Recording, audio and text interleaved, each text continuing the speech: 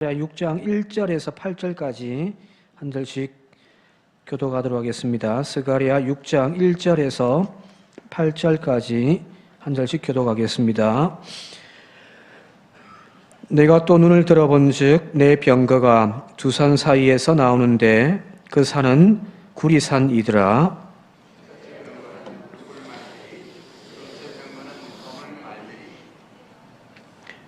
셋째 병거는 흰 말들이, 넷째 병거는 어룽지고 건장한 말들이 메었는지라.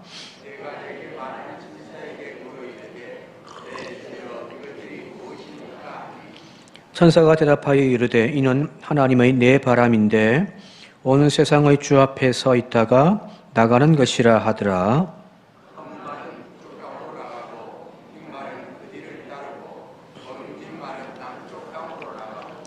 건장한 말은 나가서 땅에 두루 다니고자 하니 그가 이르되 너희는 여기서 나가서 땅에 두루 다니라 하매 곧 땅에 두루 다니더라. 그가 내게 외쳐 말하여 이르되 북쪽으로 나간 자들이 북쪽에서 내 영을 쉬게 하였느니라 하더라. 아멘. 계속해서 이제 환상의 이야기가 나오는데 그 환상을 본다라고 하는 것, 그 환상을 본다라고 하는 것, 요한계시록이 대표적이겠죠, 그죠? 스가랴도 그렇고 다니엘도 마찬가지고요. 또 신약에서는 요한계시록이 그렇고요. 이 환상을 본다라고 하는 것은 쉽게 말하면은 평상시에는 그 환상이 그렇게 많지 않습니다.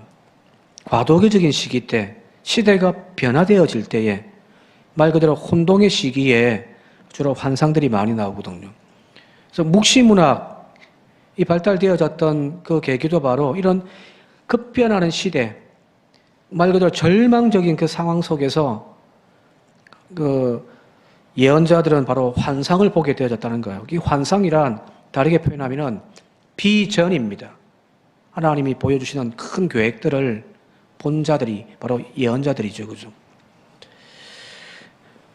그래서 그 하나님의 비전을 통하여서 백성들을 위로하고 소망을 주는 것, 그게 바로 예언서거든요. 스가랴 시대에 포로로 잡혀갔던 그들이 다시금 해방되어 돌아왔는데 돌아온 그 자리에서 새로운 세상이 열릴 줄 알았는데 오히려 척박한 황폐한 그 현실 속에서 모두가 신앙의 손을 다 내려놓고 있단 말이에요. 그죠? 그때 환상을 보여주시는 거죠. 어쩌면은 지금 이 시기가 우리에게 환상을 볼 때가 아닌가 싶습니다. 그죠? 시대가 너무 악하단 말이에요. 어둠입니다. 교회들마다 지금 한국 교회가 갑자기 코로나 지나면서 이제 완전 훅 주저앉는 그런 기분이란 말이에요. 사역들도 제대로 안 된단 말이에요. 늘 이야기합니다만은 목회자들도 지금 막 힘을 못 내고 있단 말이에요. 서로 위로합니다. 만나면 서로 위로하면서 버텨야 된다. 이렇게도 그런 시대가 되어졌단 말이에요. 자, 이때 우리에게 필요한 것이 뭘까요? 환상이에요. 그 환상을 어떤 꿈을 꾸고 이런 것도 되겠지만 하나님의 분명한 비전을 바라볼 수 있는 그런 성도, 그런 교회, 그런 목회자 되어야 될 줄 믿습니다. 그래서 자꾸 제가 비전을 이야기하는 것은 바로 이 어둠의 시대에 그 깊은 바다 속에서 그냥 허우적거림이 아니라 빛을 보고서 그곳을 향하여 달려갈 수 있는 우리의 신앙이 되어져야 할 줄 믿습니다. 자, 계속해서 이제 오늘 스가랴 6장의 환상을 좀 같이 보도록 할게요. 오늘 마치고 또 재직기가 있어서 조금 빨리 좀 진행하도록 그렇게 할게요. 1절 같이 한번 읽어볼게요. 1절 같이 읽겠습니다. 시작. 내가 또 눈을 들어본즉 내 병거가 두 산 사이에서 나오는데 그 산은 구리산이더라 하는 겁니다. 자, 환상을 봤는데 두 산이 있는데 근데 그 산은 구리산이에요. 그 구리산 사이에서 내 병거가 나오더라는 거거든요. 여기서 말하는 내 병거 뒤에 보면 이제 붉은 말, 검은 말, 흰 말들, 어룽지고 건장한 말들이 이끄는 그 병거가 지금 나오더라는 거거든요. 구체적으로 이 내 병거가 뭔지에 대해서는 이제 5절부터 좀 살펴보도록 하고요. 여기에 두 산이 등장하는데 그 산 사이에 나오더라는 거잖아요. 그죠? 자, 근데 이 산이 바로 구리산이더라는 거예요. 자, 이 표현이 희한하게도 그 바벨론의 고대 바벨론, 지금 이 시기의 바벨론 말고요. 바벨론 제1왕조라고 하거든요. 지금 이스라엘을 멸망시켰던, 유대를 멸망시켰던 바벨론은 신바벨론이고, 그 이전, 한참 이전에 그 바벨론에 유명한 왕이 있는데, 함무라비라고 하는 왕이 그 메소포타미아 지역에서 바벨론이라고 하는 나라를 강성하게 성장시킨 제1왕조란 말이에요. 그런데 지금도 보면은 이 함무라비의 법전으로 유명한 함무라비의 기둥이 있습니다. 비문이 있어요, 비문.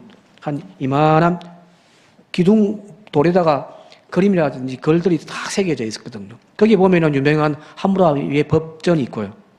이 함무라비 법전에 유명한 것이 이에는 이, 눈에는 눈. 거기 이제 이 함무라비 법전에 있단 말이에요. 자, 거기에 보면은 어떤 표현이 나오냐면은 그 당시에 바벨론에 태양을 상징하는 신이 있는데 이 신의 이미지를 어떻게 표현해 놓냐면은 비슷한 표현이에요. 산이 있는데 두 산 사이에서 거기에서 이 태양신이 쫙 등장하는 이야기가 나오거든요. 그냥 이해되셨습니까? 아마 고대에 어떤 신적인 어떤 그 나타남을 표현할 때에 사용했던 그런 표현이었던 모양이에요. 자, 그렇다면 여기 두 산 사이에 네 병거가, 이 네 병거는 뒤에 나옵니다만은 하나님의 사자들이거든요. 영들입니다.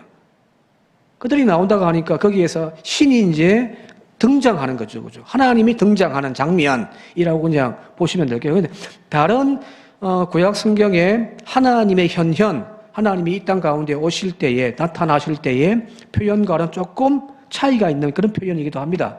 그러나 분명한 것은 이거는 그냥 뭐 두 산이 뭐 복잡하게 생각하지 말고 하나님이 지금 등장하시는 거예요.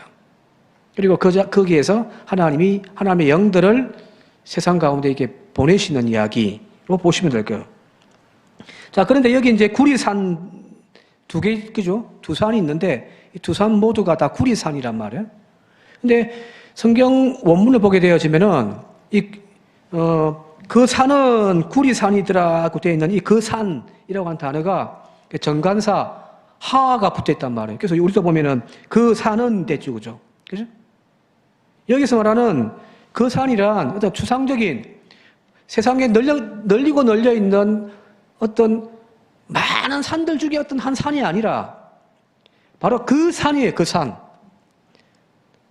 이 지금 이야기를 듣고 있는, 보고 있는 스가랴도 알고 그것을 읽고 있는 청중들도 다 아는 그 산이에요. 자, 제가 만약에 여러분들에게 내일 2시에 그 집에서 만납시다라고 했을 때, 그 집에서 만납시다라고 했을 때는 그 집은 어딘 줄 여러분도 아시겠습니까? 저도 모르겠네요. 그래서 집에서 만납시다 하면 누구 집에 만난지 모르는데 제가 사는 그 집에서 만납시다라고 이야기를 하면 대충 이제 이해가 된단 말이에요. 아, 그 집. 이렇게, 그게 정관사란 말이에요. 자, 그러면은 그거는 추상적인 개념이 아니라 어떤 실질적이고 구체적인 알려진 산이라는 거예요. 자, 그러면 여기 나오는 두 산은 어느 산일까요? 이스라엘 역사에서, 이스라엘의 땅에서 유명한 산.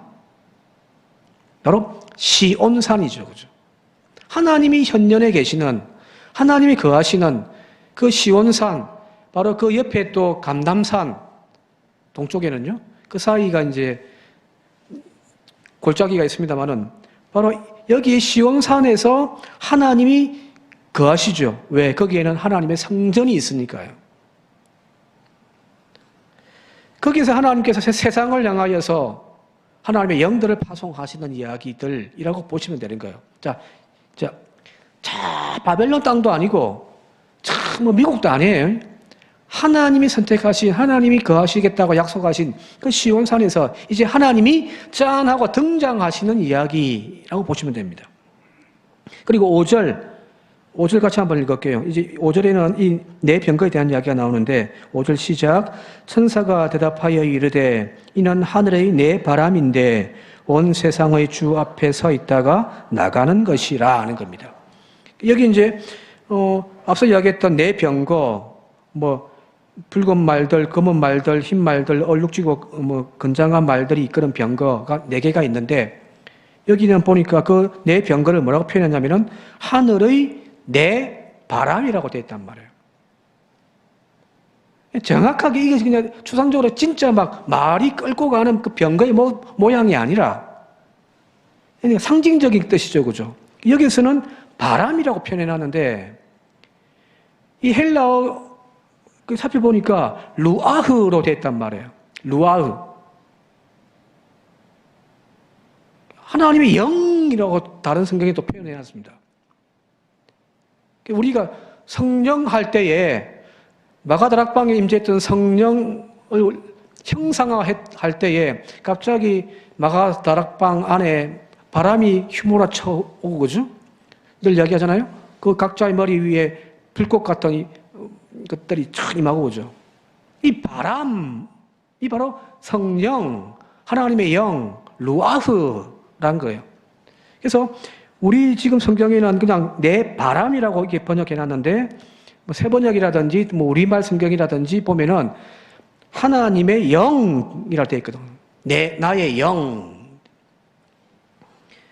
이 영들은 바로 쉽게 이야기하면은 하나님의 수행 비서죠. 하나님 곁에 있다가 하나님의 명령으로 온 세상을 두루다니며 세상을 통치하고 다스리는 그런 하나님의 영입니다. 근데 왜 4개냐? 땅이 사방이죠, 그죠? 땅의 숫자, 하늘은 3, 땅은 4. 그러니까 땅의 사방 온 천지를 다 두루 살피는 하나님의 영인 거예요.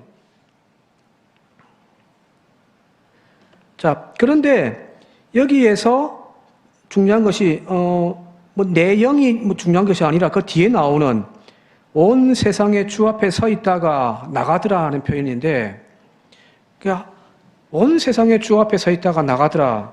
이걸 세번역으로 제가 읽어드릴게요. 세번역으로 영상 보시면 알 건데, 그것들은 하늘의 내 영이다. 온 세상을 다스리시는 주님을 뵙고서 지금 떠나는 길이다라는 거예요. 여기 우리는 그냥 온 세상의 주 이렇게 되어 있는데 더 정확한 뜻은 온 세상을 다스리는 하나님인 거예요. 이게 중요한 거예요. 우리말 성경에도 온 세상을 다스리는 주를 섬기다가 이렇게 되어 있거든요. 이 말은 무슨 말일까요? 지금 이 당시에 세상을 지배하고 다스리는 최고의 권력과 힘은 대강대국 바벨론이었고, 이전까지는요. 지금은 그 바벨론을 멸망시켜 이 메소포타미아와 이 애굽까지 다 먹고 있는 페르시아가 지금 세상을 지배하는 가장 강력한 힘이란 말이에요. 그리고 나중 되면 이 페르시아도 무너지고 헬라로 또 로마로 바뀌어 가기도 하겠지만은, 그러나 그 세상을 지배하는 그 강력한 힘이 지금 세상을 지배하는 것이 아니라 여기 나와 있는 대로 온 세상을 다스리는 분은 누구라고요? 누구라고요? 하나님이시라는 거예요. 이게 중요한 거예요. 다시 말씀드립니다. 처음으로 돌아가면 지금 이 이야기가 이루어지고 있는 시대는 이스라엘 백성들이, 유대 백성들이 바벨론 포로에서 돌아와서 한번 뜨겁게 뭔가 부흥시켜 보려고 하다가 절망하고 있는 때란 말이에요. 짓눌려 있는 때입니다. 그때 이 세상을 지금 지배하고 움직이는 강력한 힘은 저 페르시아라고 모든 사람들이 다 이야기를 하고 있을 때예요. 그런데 지금 하나님께서 이 환상을 통하여 스가랴에게 뭘 보시냐면 온 세상을 다스리는 분은 페르시아의 왕이 아니라 나 여호와라는 겁니다. 그리고 그 네 영들이 꼭 4개의 영은 아니에요.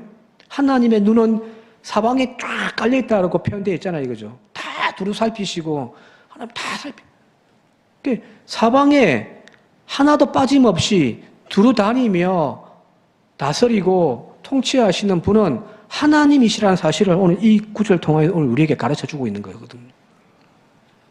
실제 역사를 다스리는 것은 사람이 운행하는 것이 아니라 바로 그 역사 속에서 역사하시는, 일하시는 하나님의 손이 있다라는 것을 오늘 이 말씀을 통하여 우리에게 보여주시는 겁니다.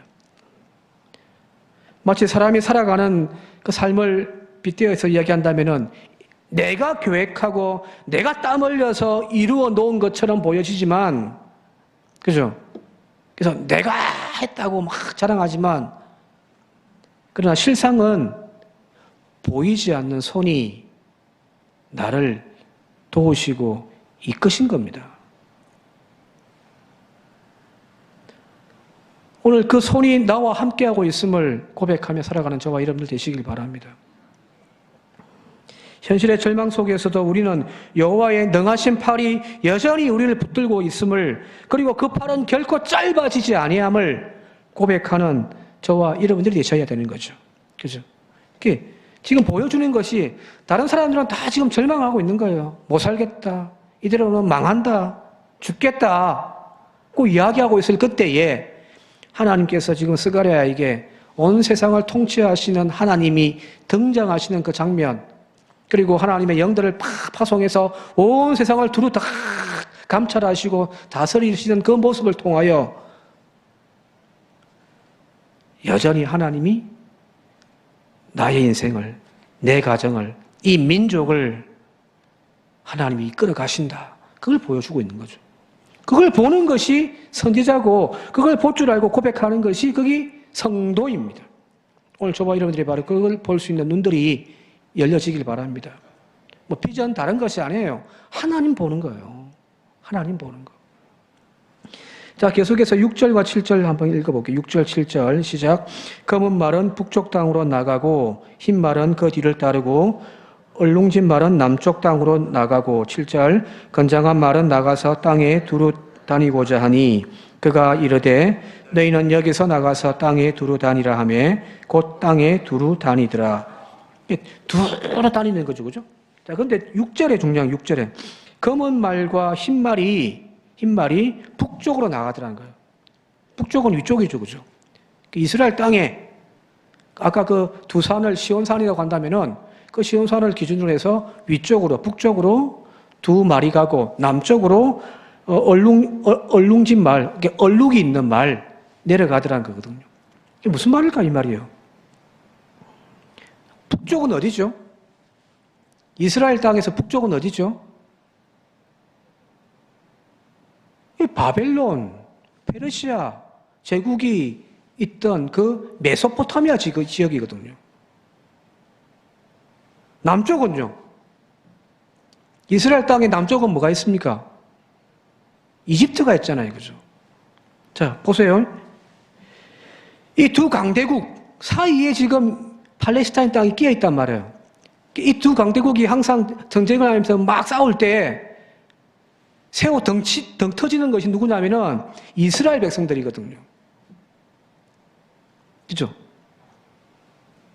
약소국인 이 이스라엘 땅은 끊임없는 이 두 강대국 사이에서 항상 전쟁터가 되어지는 거예요. 그래서 요한계시록에 나오는 아마겟돈, 마겟돈, 거기가 바로 머깃도라고 하는 지역이라고 했잖아요. 항상 전쟁이 있는 지역. 두 강력한 세력들이 만나서 전쟁이 이루어지는 지역이 어디예요? 이 팔레스타인 땅이더라는 거예요. 우리 조선도 마찬가지잖아요. 지금 이제 노량이라고 하는 영화가 나왔다고 하는데 일본이 조선 땅을 치러 온 것이 아니잖아요. 저 명나라를 치러 올라갈 테니까 길만 비켜달라고 한 거예요. 쫙 쓸고 올라가잖아요. 그죠? 두 중국과 일본이라고 하는 강대국 사이에서 한반도는 이 조선 땅은 그야말로 전쟁터가 되어지는 거거든요. 그들이 세력을 확장하는 전쟁의 시기가 되어지면 이 땅의 백성들은 그 전쟁의 처참함 가운데 신음하는 거예요. 그리고 바벨론에 의해서 멸망당하기도 했고 포로로 끌려가서 눈물을 흘리는 세월을 보내었던 것이 바로 이스라엘이란 말이에요. 자, 지난번에도 말씀드렸습니다마는 그 보니엠의 노래 바벨론 강가에서 다들 이불 개고 밥 먹어 그 노래 이거죠. 기억나시죠? 그죠?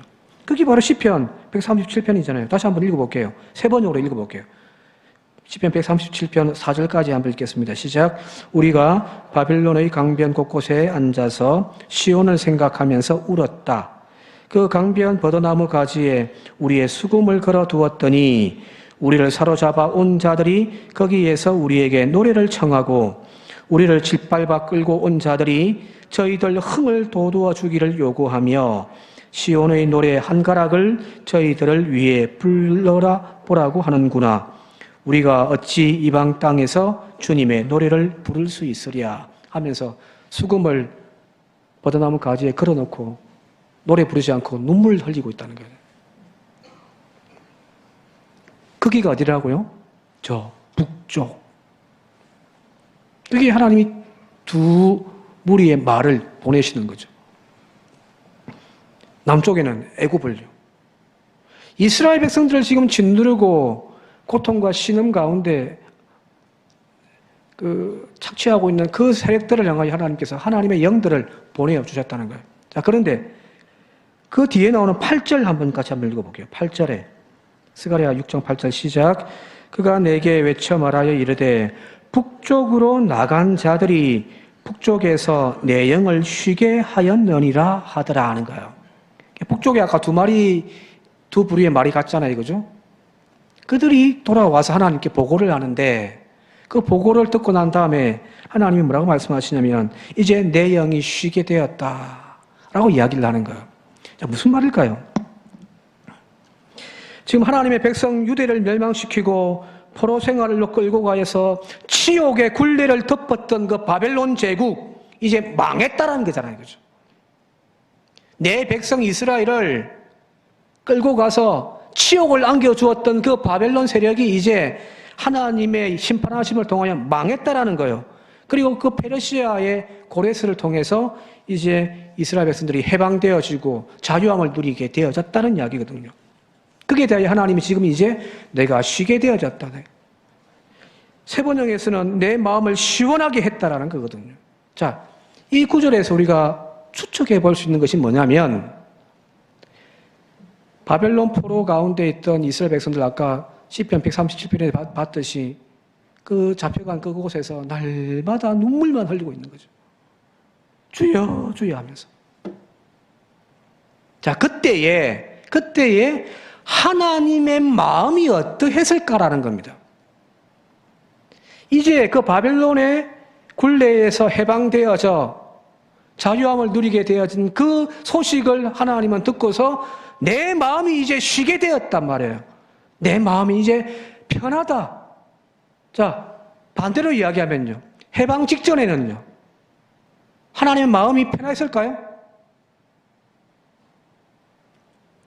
그 백성들이 지금 저 바벨론 잡혀가가지고 거기에서 억눌리고 탄식하면서 눈물을 흘리고 있을 그때에 하나님의 마음이 편안했을까요? 편안하지 않았다는 이야기입니다.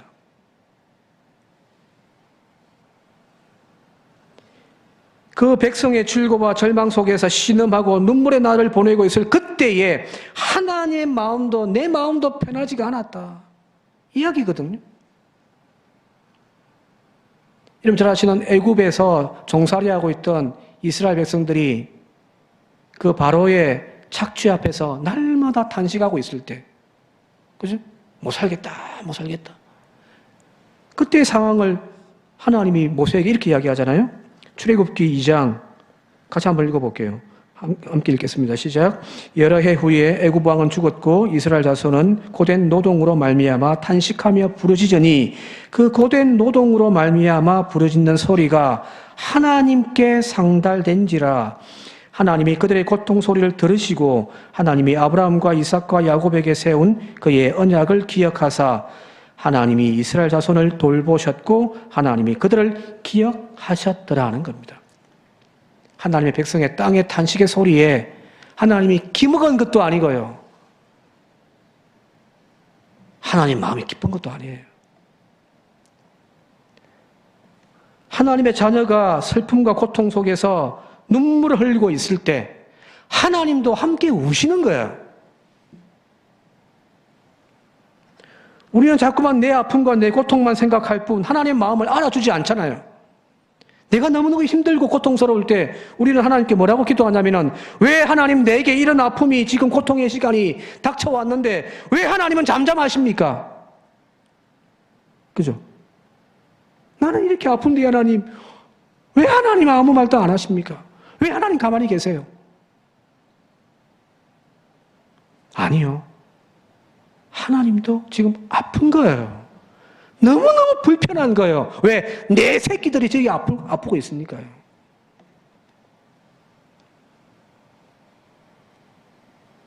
내가 아파, 내가 고통 속에서 신음하고 있을 때 하나님도 언제나 내 곁에서 함께 신음하고 아파하십니다. 그리고 우리를 위하여 그 영들을 파송해서 그들을 족쇄에서 풀어내게 하시고 자유케 하십니다. 그때야 비로소 하나님이 이제 내 마음이 이제 편안해졌다. 내가 이제 쉬게 되어졌다. 말씀하고 계시는 거거든요. 바로 이 마음이 하나님의 마음입니다. 복음서에 등장하는 예수님의 그 백성들을 향한 마음 여러 번 이야기했으니까 아실 거예요. 긍휼히 여기다, 불쌍히 여기다라는 단어. 바로 그 단어가 창자가 끊어지는 고통이라는 뜻이잖아요. 그죠? 애간장이 녹는 고통. 주님의 마음이었다면 그게 바로 하나님의 마음이라는 거거든요.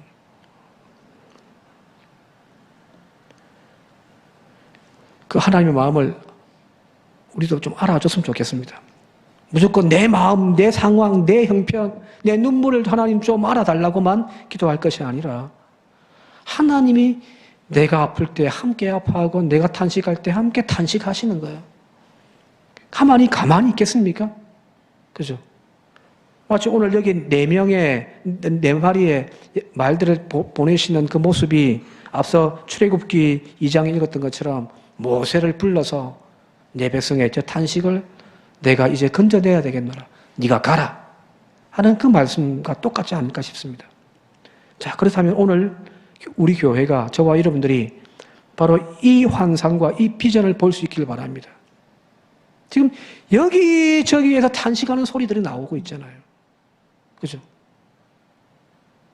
절망하고 고개 숙이고 교회는 지금 확 무너진다, 뒷걸음질 친다, 교회 문 닫게 생겼다 하는 이 시대에 오늘 우리가 이 환상을 보고서 우리가 가서 그 모든 질고와 아픔을 함께 풀어주고 또 그 어두움을 밝혀내는 하나님의 영들이 되어줄 수 있기를 제가 주님의 이름으로 축원드립니다.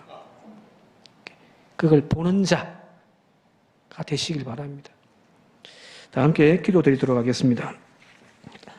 북쪽에서 이제 내 영을 쉬게 하였다 하신 주님의 이 말씀 속에 숨겨진 하나님의 마음을 읽어낼 수 있는 저희들이 되게 해 주십시오. 우리의 절망, 우리의 아픔, 우리의 탄식, 우리의 눈물, 바로 그 자리가 하나님의 눈물이 머물러 있는 자리고 하나님의 탄식의 자리임을 저희들이 알게 하여 주시옵소서. 하나님이 그렇게 아파하시는데 가만히 하나님께서 우리를 가만히 내버려 두지 아니하실 줄 믿습니다. 주여, 그 주님의 마음을 품고서 오늘도 절망을 바꾸어 노래를 부르고 눈물이 바뀌어 희망의 소망을 노래하는 저희들이 되게 하여 주시옵소서. 예수님의 이름으로 기도드리옵나이다. 아멘.